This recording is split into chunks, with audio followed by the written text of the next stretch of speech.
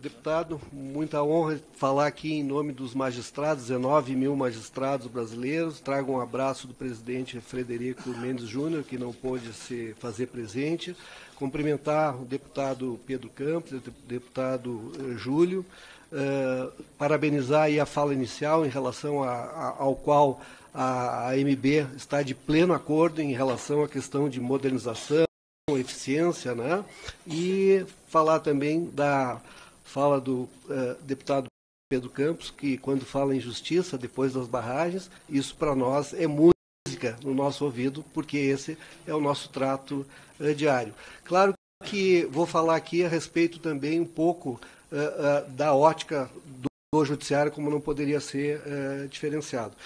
Eu não sei se consta do processo legislativo, mas a AMB já ofertou, né, duas notas técnicas em 2020 e 2022 a respeito da então redação da PEC 32, da reforma administrativa. Mas ali, de qualquer forma, existe um modelo que os constitucionalistas chamam de espécie da moldura do Kelsen, que eu acho que mesmo que haja alteração da redação, ela pode ser muito bem aproveitada, porque exatamente como trata de moldura, ela traça um pouco dos limites do que a Constituição permite em termos de reforma administrativa, especificamente em relação ao Poder Judiciário. Isso é de grande relevância, é uma matéria técnica bastante refletida, né, que eu trago e, se for necessário, vou alcançar também ao grupo de trabalho, se não consta ainda do processo legislativo.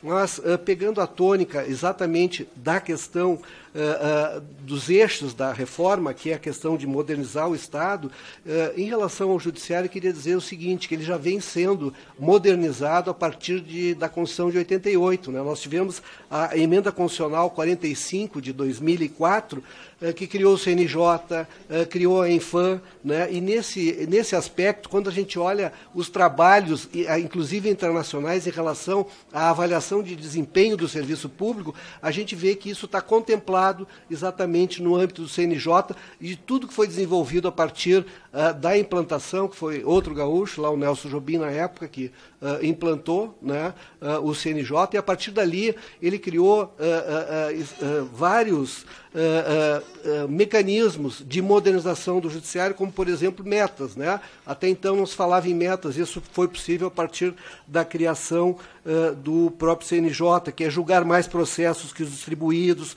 julgar os processos mais antigos, estimular as conciliações, priorizar julgamentos de crimes contra a administração pública e por aí vai. Anualmente são reeditados essas metas, isso é muito moderno, se trata de uma modernização porque justamente vai ao encontro da própria finalidade do judiciário, né?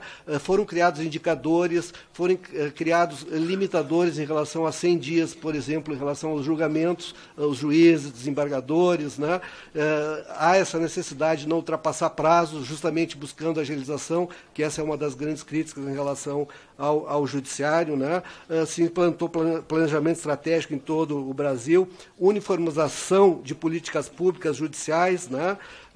E sobre isso, importante trazer, foi trazido aqui a questão da enchente do Rio Grande do Sul, isso não fosse o CNJ, né, a partir da arrecadação das penas alternativas, mandou dinheiro para o Rio Grande do Sul justamente para enfrentamento. Isso foi possível a partir de uma decisão do CNJ, se não fosse unificado não haveria isso. A Infam também trouxe uma modernização em relação à própria formação da magistratura, trazendo uma uniformidade nacional. Criou também o Prêmio Inovar, que hoje tem reconhecimento, inclusive, internacional, por entidades internacionais, de boas práticas, né, em relação ao judiciário, que são modelos, foram criados modelos a partir desta modernização. A respeito da aproximação, que é o segundo eixo, aproximar o serviço público brasileiro da realidade do país, queria dizer também, como bem falou o doutor Alexandre, o judiciário é o que está nos 5.570 municípios de todo o Brasil, ele está presente, ele está atendendo, ele está prestando serviço, esse serviço que se quer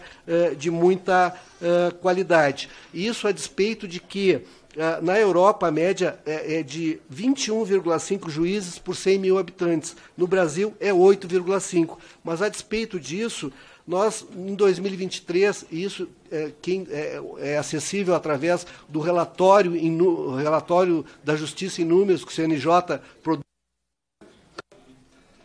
Só para concluir, pode-se ver que o ingresso de 35 milhões foram baixados 34.900 mil. Ou seja, há uma proximidade muito grande. E queria trazer destaque aqui também a despesa. Né? A despesa do Judiciário está lá no CNJ em números, de 132 bilhões, a arrecadação representou 68,74 bilhões, né? A arrecadação do serviço prestado pelo Judiciário.